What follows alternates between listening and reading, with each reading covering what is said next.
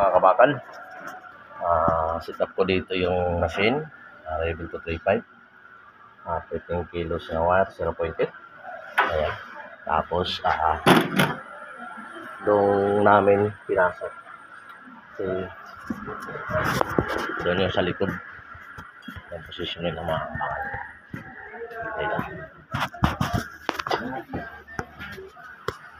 Pinadaan nila, tapos dito yung amount. Ngayon, susubukan namin mag-ginang dito sa tube. Okay? Ayan.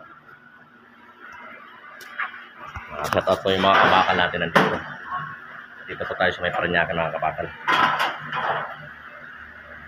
Okay? Ayan mga kabakal.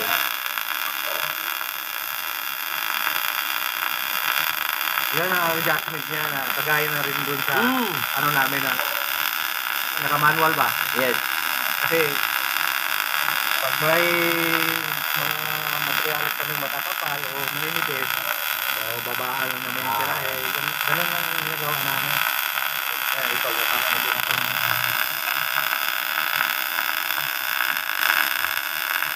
pagpatay ganun yun naman ka.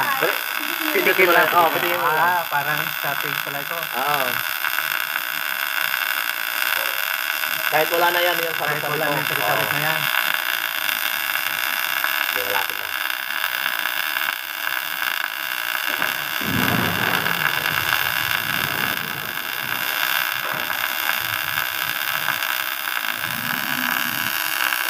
Ay, sumunod talaga siya. Ayan. Okay, mga kabakal.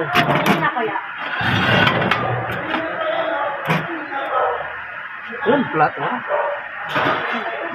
Lutong-luto eh.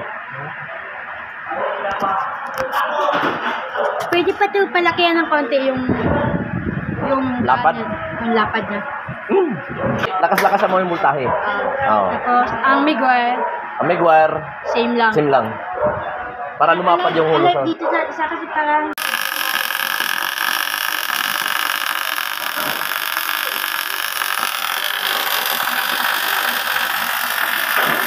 Gawaan ko ng patungan na nakapilis na sa likod ng patungan. May control din yung speed na to. Oh, meron. Yun. Yung motor.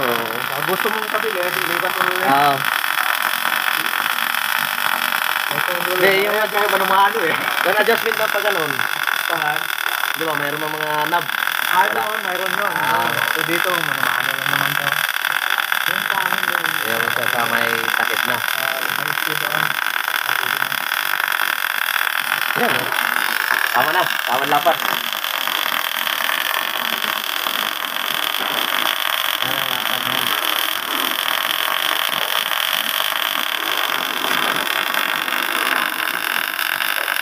Yan, hindi na namin magalaw yung Ayan na yan. yung manual na yun. Ganyan naman talaga ang gamit namin. Hindi na kami Wala, trigger mo. Yun. Yun. No? Pusang ka pa. Yan mga kabakal. Okay. Kan modify nila dito mga kabakal. Wala nga. Yan na batong. Okay. See you next video mga kabakal. Thank you.